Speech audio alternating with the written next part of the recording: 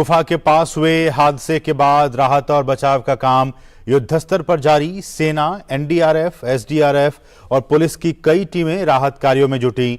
सेना के हेलीकॉप्टर भी बचाव कार्य में जुटे। सेना, पुलिस और एनडीआरएफ ने जारी किए हेल्पलाइन नंबर।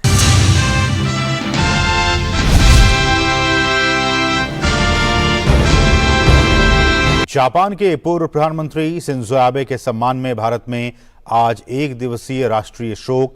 सभी भवनों पर राष्ट्रीय ध्वज आधा झुका।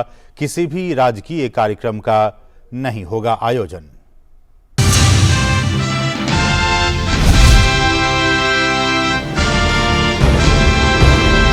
टेस्ला के मुख्य कार्यकारी अधिकारी एलन मस्क ने ट्विटर के साथ सौदे को रद्द करने का किया ऐलान। कहा, कंपनी प्लेटफॉर्म पर फर्जी खातों के बारे में जानकारी देने में रही विफल।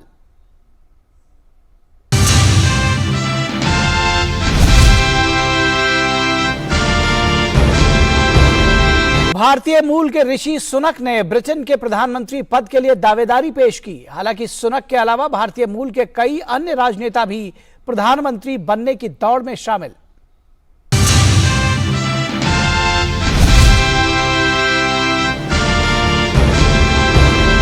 बर्मिंघम में भारत और इंग्लैंड के बीच दूसरा T20 अंतर्राष्ट्रीय क्रिकेट मैच। आज भारतीय टीम की नजर दूसरे T20 को जीतकर श्रृंखला अपने नाम करने पर।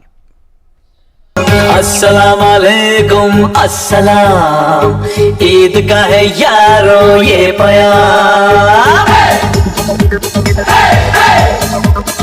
अस्सलाम वालेकुम, अस्सलाम, ईद का है यारो ये प्यार। ये ईद का त्योहार है, खुशियों का है त्योहार।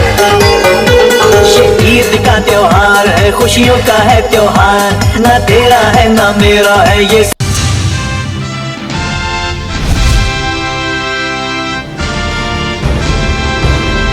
जम्मू कश्मीर में अमरनाथ गुफा के पास शुक्रवार शाम बादल फटने के बाद आए सैलाब ने भारी तबाही मचाई है। बादल फटने के बाद आई बाढ़ में कई श्रद्धालु बह गए हैं। अब तक 16 लोगों के मरने की पुष्टि हो चुकी है। बादल फटने के बाद पहाड़ से आया सैलाब श्रद्धालुओं के लिए लगाए गए 3 लंगरों समेत करीब 40 टेंट बहा ले गया है। घटना के बाद मौके पर मौजूद लोगों में अब भी दहशत बनी हुई है। आइए सुनते हैं हादसे की पूरी कहानी चश्मदीदों की जुबानी। हर आदमी वहाँ पे भगदड़ मच गई थी, पर आर्मी वालों ने बहुत सपोर्ट किया है और गुफा के पास से ही पानी इतना सैलाब बहा है कि काफी पंडाल बह गए हैं। कितना मुश्किल है यहाँ पे पहुँच गए आप? मुश्किल हम लोग तो रास्ते में बर्फ भी पत्थर भी गिरने लग गए थे।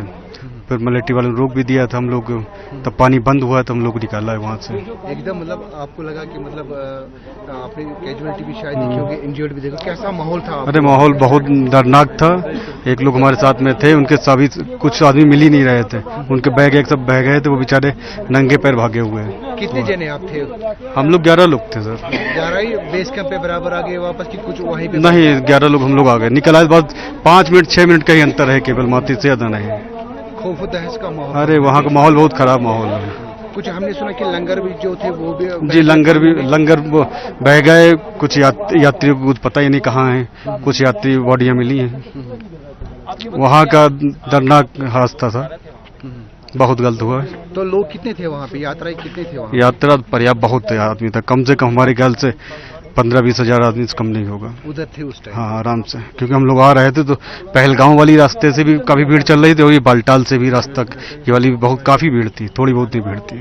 ठीक है। अस्थाना अरविंद, यूपी हरदोई से हूँ। आप होली के पे गए थे? हाँ जी। तो हमने सुना कि 10 मिनट की दूरी पे जब आप थे तो ये डिजास्टर वहाँ पे हुआ। कैसा माहौल था वहाँ पर, क्या आपने देखा? बस बिजली कड़कड़ाई और बारिश का सैलाब, समझने का मौका ही नहीं लगा क्या हुआ क्या नहीं हुआ। पलट के देखा तो बस पानी ही पानी नजर आ रहा था और पानी में बैग था, लोगों की राउटी बह रही थी, टेंट बह रहे थे, लोग भी बह रहे थे। 2 4 6 8 कैजुअल्टी तो 10 मिनट के बाद ही पता चल गई थी हम लोगों को।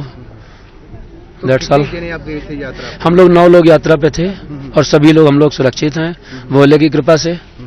तो वहाँ से यहाँ तक आप कैसे आ गए? हम लोग वहाँ से यहाँ तक सभी लोग। प्रॉब्लम हो गई आपको यहाँ तक? क्योंकि प्रॉब्लम तो होती ही है, लेकिन फेस करना भी पड़ता है। बाकी तो यहाँ फुल सपोर्ट हमको एनडीआरएफ की टीम ने और जो यहाँ के सोल्जर्स हैं सभी ने फुल सपोर्ट किया। यहाँ पे अमरनाथ श्राइन बोर्ड की कई सारी गाड़ियाँ कंटिन्यू राउंड अप कर रही हैं, जो कि जितने भी श्रद्धालु हैं उनको फ्री ऑफ कास्ट, जिसको जहाँ जाना होता है बालटाल या पहलगाम, उसको बेस कैंप तक की छोड़ रही है। हम सभी लोगों को छोड़ा यहाँ पे फ्री ऑफ कास्ट, कोई चार्ज नहीं किया। मौके पर देवदूत वन सेना के जवान लोगों को बचाने में जुटे हुए हैं। प्राकृतिक आपदा से बचाने के लिए श्रद्धालु सेना को सलाम कर रहे हैं। हम लोगों को जिस तरीके से हम लोग को फौजी ने बचाया है, तुरंत बोले पहाड़ की तरफ चिपको चिपको, एक लोगों को हम लोग को बचाया, पहाड़ में समेट करके बचाया। हम अपने आर्मी को सत नमन। बता दें कि शुक्रवार शाम 5:30 बजे आई इस प्राकृतिक आपदा में 45 से ज्यादा लोग घायल हुए हैं, जबकि 40 से ज्यादा लोग लापता बताए जा रहे हैं। रेस्क्यू ऑपरेशन अभी भी जारी है। मौके पर आईटीबीपी और एनडीआरएफ की टीमें डटी हुई हैं। भारतीय वायुसेना की तरफ से 29 लोगों को बचाया गया है। इनमें से 9 गंभीर रूप से घायल हैं, जिन्हें अस्पताल में भर्ती करवाया गया है। 30 जून से शुरू हुई अमरनाथ यात्रा प्राकृतिक आपदा के बाद फिलहाल स्थगित कर दी गई है। रेस्क्यू ऑपरेशन खत्म होने के बाद इसे फिर से बहाल किया जाएगा।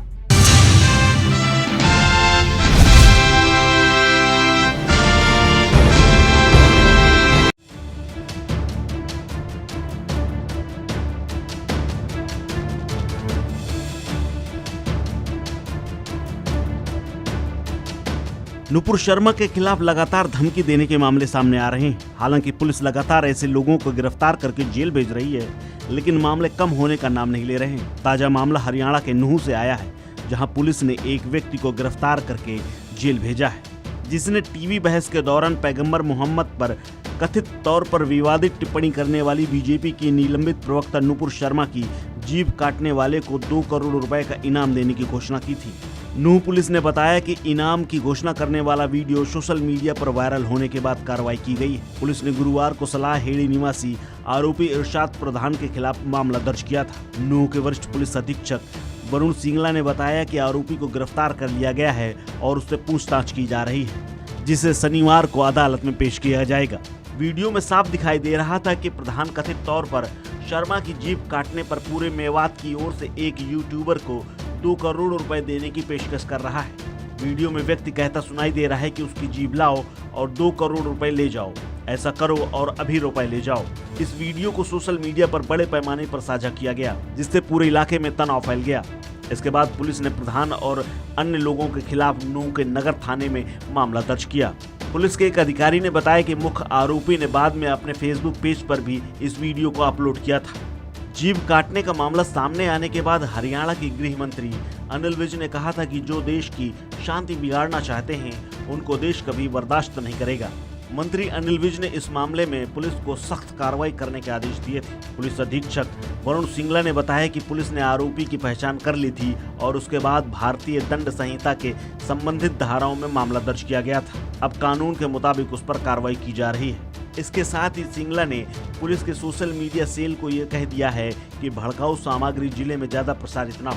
लोगों से भी अपील की है कि वो सांप्रदायिक सामग्री को ज्यादा वायरल न करें। बता दें कि नुपुर शर्मा का मामला सामने आने के बाद धमकी देने का लगातार सिलसिला जारी है। कई लोगों को अब तक जेल भेजा जा चुका है। इससे पहले भीमसेना के संस्थापक और राष्ट्रीय अध्यक्ष नवाब सतपाल तंवर को पुलिस जेल भेज चुकी है, जिसने कहा था कि नुपुर शर्मा ने इस्लाम के नबी का अपमान किया है, जिससे दुनिया भर के करोड़ों मुस्लिम समुदाय के लोगों की भावनाएं आहत हुई हैं। नवाब सतपाल ने नुपुर शर्मा की जीभ काटने पर 1 करोड़ रुपए का इनाम रखा था। अस्सलाम वालेकुम अस्सलाम, ईद का है यारो ये प्यार। अस्सलाम वालेकुम अस्सलाम, ईद का है यारो ये प्यार। ये ईद का त्योहार है, खुशियों का है त्योहार। ये ईद का त्योहार है, खुशियों का है त्योहार। ना तेरा है ना मेरा है ये।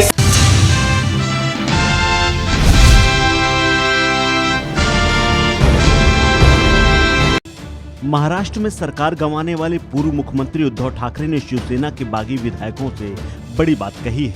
उद्धव ठाकरे ने बागी विधायकों को याद दिलाया है कि वे उन लोगों की गोद में बैठे हैं जिन्होंने उन्हें और उनके परिवार को गालियां दी हैं। यहाँ तक कि आदित्य ठाकरे को खत्म करने की कोशिश की थी। उद्धव ठाकरे ने कहा कि वे अभी भी बागी विधायकों को अपना मानते हैं। साथ ही उन्होंने ये भी कहा कि अगर बागी विधायक बीजेपी से खुश हैं तो उन्हें वहीं रहना चाहिए, लेकिन मेरे लिए मेरी पार्टी के लोगों के आंसू ज्यादा अहम हैं। ठाकरे ने कहा कि मैं वास्तव में अपने 14 विधायकों को धन्यवाद देना चाहता हूं, जिन्हें कई धमकियां मिली लेकिन उन्होंने मेरा साथ नहीं छोड़ा। जिस तरफ इस प्रकार के साहसी लोग होंगे उनकी जीत होगी, सच्चाई की जीत होगी। सुप्रीम कोर्ट में होने वाली सुनवाई का जिक्र करते हुए ठाकरे ने कहा है कि मुझे न्यायपालिका पर पूरा भरोसा है। 11 जुलाई को जो भी होगा उससे पार्टी का भविष्य तय नहीं होगा। शिवसेना का क्या होगा ये पार्टी कार्यकर्ताओं द्वारा तय किया जाएगा। ठाकरे ने कहा कि सुप्रीम कोर्ट का आदेश लोकतंत्र का भविष्य तय करेगा। बाबा साहब अम्बेडकर द्वारा लिखित संविधान प्रबल होगा या कुछ और, ये सुप्रीम कोर्ट का आदेश बताएगा। उन्होंने कहा कि सबसे बड़े लोकतंत्र की परीक्षा होते हुए पूरी दुनिया देख रही है। लोकतंत्र का भविष्य और शक्ति सुप्रीम कोर्ट के इस आदेश से तय होगी। यदि लोकतंत्र के चारों स्तंभ मजबूत हों और बिना प्रभावित हुए अपने कर्तव्यों का पालन करें तो लोकतंत्र की जीत होगी। ठाकरे ने बागी विधायकों का जिक्र करते हुए कहा कि जो इतने दिनों से खामोश थे वे दूसरी तरफ चले गए हैं और बोल रहे हैं कि अगर मातोश्री उन्हें सम्मान से बुलाती है और उद्धव ठाकरे बीजेपी के साथ गठबंधन करते हैं तो वो वापस पार्टी में आ जाएंगे। ठाकरे ने कहा कि मैं इस मुद्दे पर मीडिया के जरिए पहले ही अपनी बातें कह चुका हूँ। ठाकरे ने कहा कि मुख्यमंत्री एकनाथ शिंदे के साथ बागी विधायकों को सूरत जाने की बजाय मुझसे बात करनी चाहिए थी। अगर उन्हें ऐसा किया होता तो उन्हें देश भर में घूमने जाना नहीं पड़ता।